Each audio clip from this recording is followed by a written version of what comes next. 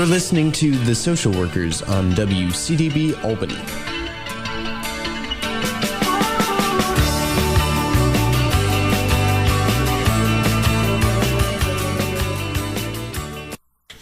And welcome back to the Social Workers live radio talk show here on WCDB Albany 90.9 FM. My name is Eric Hardiman. Welcome back, Alyssa. I'm here with Alyssa Lotmore, my regular co-host. Very excited to be here again this morning for another interview. Alyssa.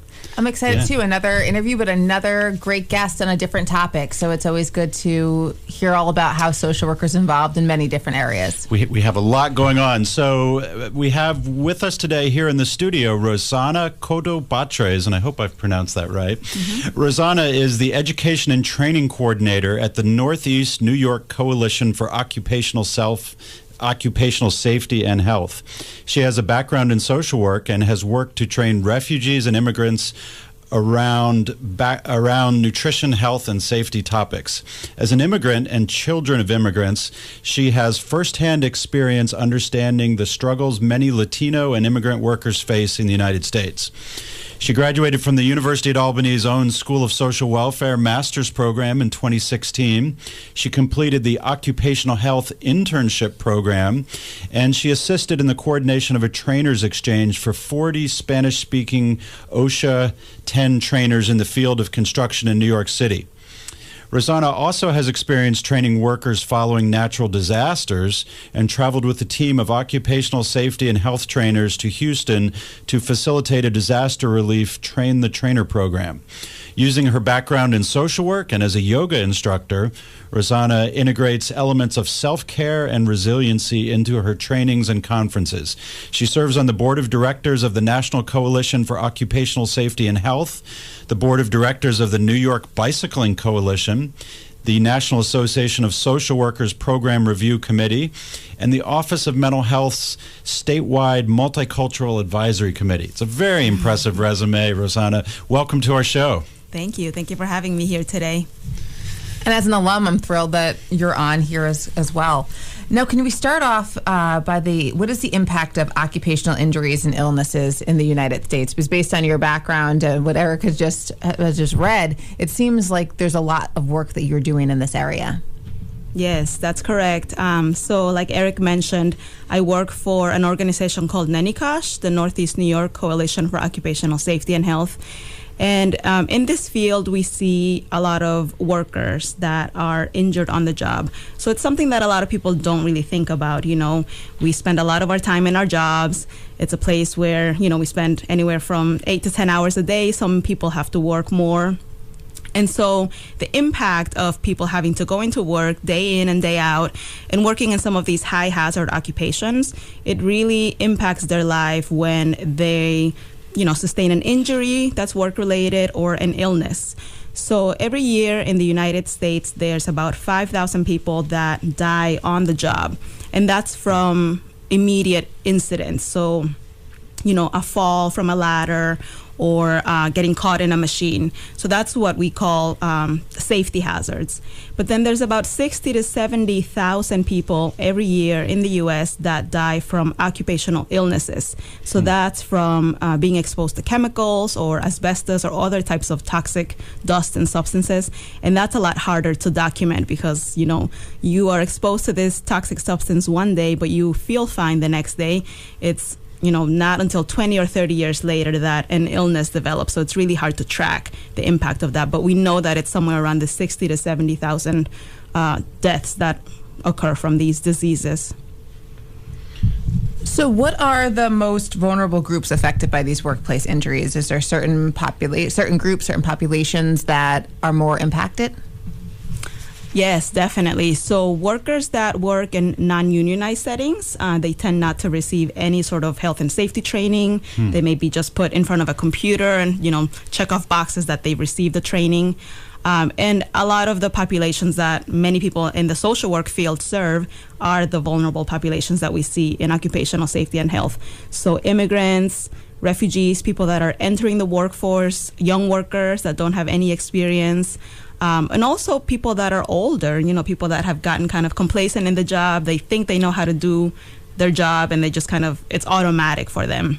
But for the most part, it's those low-wage workers, people that are employed in temporary settings. They may be in one job setting one day and another one the next day, where there's no continuity of training and there's no accountability sometimes from the employer. So it sounds like your work it certainly sits at the intersection of social work and public health and occupational safety, and there's lots of different intersections in your work. Are you doing predominantly training, or are you doing policy work? Tell us about the actual nature of what you're doing for the organization. Yeah, so my organization was founded in 2014, and it was founded by people that really care about this topic, mostly public health and occupational health specialists in the capital region. And one arm of what we do is training, because we do feel that by providing trainings to low-wage workers that wouldn't usually receive this training, we are preventing those injuries and illnesses from happening. But the other arm is definitely advocating on behalf of workers. So, workers that don't know their rights, they don't know that they should be asking for personal protective equipment or for the training, or in the event of, retaliation by the employer. So we do advocate for policies that are worker-friendly, for legislation that would protect workers, not just in the Capital District, but at the state level and at the national level as well. So we are an organization that is part of a national network, and there are about 21 other similar COSH groups or coalitions for occupational safety and health in different parts of New York State and also different parts of the nation. And so together we kind of come together to advocate for these policies at a national level. Interesting. So as a social worker, how does your experience, your background in our social work profession help you doing what you're doing now? So a lot of what I do on a week-to-week basis is delivering these trainings to workers. And so I think the experience that I have gotten from my social work education really helps in relating this information in a way that is understandable to people, that is relatable, kind of telling the human stories that connect us all. And also just, the interest that I have in helping people and serving people, I think really grounds my work. The other thing that I will say is that this field in general is very grounded in organizing principles and principles of helping workers help themselves, right? So that strengths-based perspective and self-determination, that we are just delivering the information to workers, and with that information, hopefully they will help their coworkers and become more educated to advocate for themselves. So it sounds like almost a community organizing element too, that there's something about training groups of people and helping workers figure out what they need to do to also advocate for themselves. Yes, that's right. So this field, that's a lot of how it got started. People realizing that they were being exposed to chemicals in their workplace and wanting to do something about it. And I will say that it is a lot easier to do that kind of work in a union setting where people have a space to kind of commute and communicate around these issues and have leadership within the organization. And so that's one of the challenges I would say that we face in trying to convey this information to workers that are in a program, but they're not working all in the same job site, right? They're going through some job training program, but they work in many different occupations. And so the focus of your work is entirely the state of New York, correct? It's not national focus, or is it more just New York State? So for NENYCOSH, it's just the capital region. Just the capital region. We serve workers in the 5 counties surrounding the Capital District. Okay. And one of the things you've mentioned is education. And can you tell us a little bit about this upcoming photography event that you're putting together in April for the Workers' Memorial Week? This seems like a way to educate the public in another way, in a photography way. Can you please share a little bit about that? Yes. So like I mentioned, a lot of people don't know the impact of workplace injuries, and so we felt that it was important to do something more public facing to educate the public around what are some of the things that we work on. So we are bringing the work of a really world-renowned labor photojournalist. His name is Earl Dotter. He's been documenting workers in their jobs for the last 50 years. So he got started as a VISTA volunteer working with coal miners in Appalachia and really documenting what their lives were like. A lot of his work has been featured on NPR around this investigation of black lung disease. So we'll have some of those pictures at the exhibit. And the exhibit will be held from April 22nd to 26th at the Legislative Office Building in Albany. And that is the week that we, in this field, commemorate workers who have died on the job or who has sustained an illness due to their job. So it's called Workers' Memorial Week. We'll have several different events that week, starting with an opening reception that Monday, April 22nd at Youth FX. And the week will culminate with our annual Workers' Memorial Day event that is organized by many different unions in the district and the Area Labor Federation, as well as our organization. And that'll be Friday, April 26th at noon at the site of the exhibit, so the Legislative Office Building. Great, and it sounds like an example, really of using something like photojournalism and using something in the creative arts to spread a message and to shine a light, if you will, on conditions and on situations that, particularly with occupational safety and health, are not always clear to the public. It's not always clear what the dangers might be, what the risks might be of a particular workforce. So it sounds like a creative idea like this, like photojournalism, and certainly his work in this with these photographs can help spread that message. Yes, and that's what we're hoping. And the other opportunity that we have with bringing the photographer to Albany is that he will be here the entire week. So we have coordinated with some of the different training partners and unions that we work with for him to photograph their workers. And so that way, there's kind of another element to this exhibit that the photographer will be able to take pictures of workers in the Capital District that we will be able to use for other promotions, and those unions and participating organizations will also be able to use internally. And just to see, expand the work around occupational safety and health, and that, it doesn't only impact factory workers or construction workers. We see that across jobs, there's many different hazards that people face.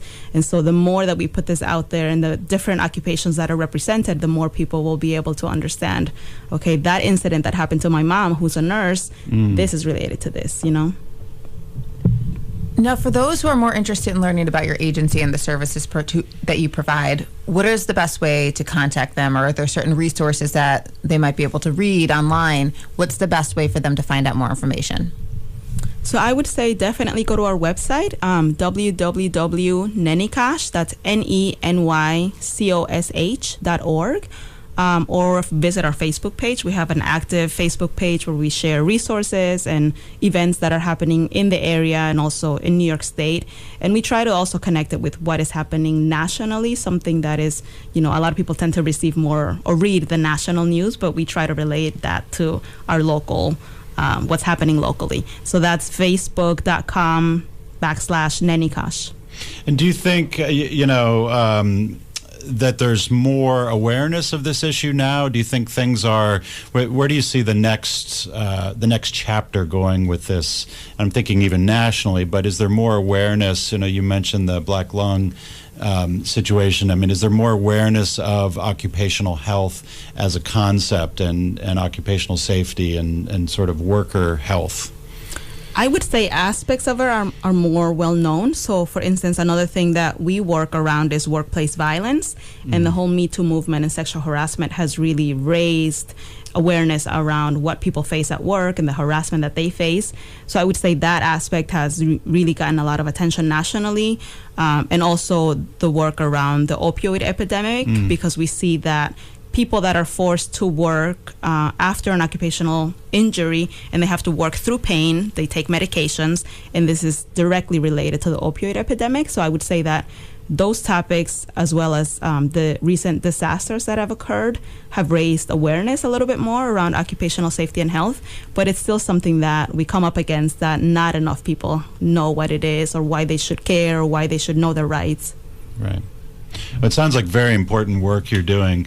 If you've just tuned in, we are talking with Rossana Coto-Batres, and she works for the Northeast New York Coalition for Occupational Safety and Health. And she's also an alum, Eric. That's one of the most important things. An alum not just of the University of Albany, but also of the School of Social Welfare, a former social work student. So we're glad to have you back in the studio. So I think it's really, you're doing such amazing work, but I think it also shows how broad the social work profession is. And when people think social work, they don't always think of, hey, I'm going to work with worker injuries and doing things like this. So I want to thank you for coming on. This is Public Engagement Month and here at the university, and it's helping to show the connections between the university with the community. So you coming on here and showing how the social work profession is connected, it's a really great thing. So I want to thank you for that. Great. Well, thank you for having me. It's a pleasure to be here. We wish you the best of luck in your future work, and we'd like to hear more, down the road. So maybe you'll come back and join us again and let us know where this all goes from here. But it's, as we said, very, very important work, and you're making the school proud. Great. Thank you. And I hope to see some of you at the exhibit. Great. Remind folks one more time where the exhibit can be seen. At the Legislative Office Building, is that correct? Yes. So the concourse level of the Legislative Office Building, the exhibit will be shown for the week of April 22nd to 26th, and it's only available for view during the hours that the LOB is open, so around 8 a.m. to 5:30 p.m. Okay. And then when is the opening reception? You mentioned an opening reception at Youth FX. Yes, so the opening reception will be Monday, April 22nd from 5 o'clock to 7 o'clock p.m. at Youth FX, which is located at 25 Warren Street near Lincoln Park, downtown. Great. Thanks so much. We've been talking to Rossana Coto-Batres. Thanks for listening to The Social Workers on WCDB Albany.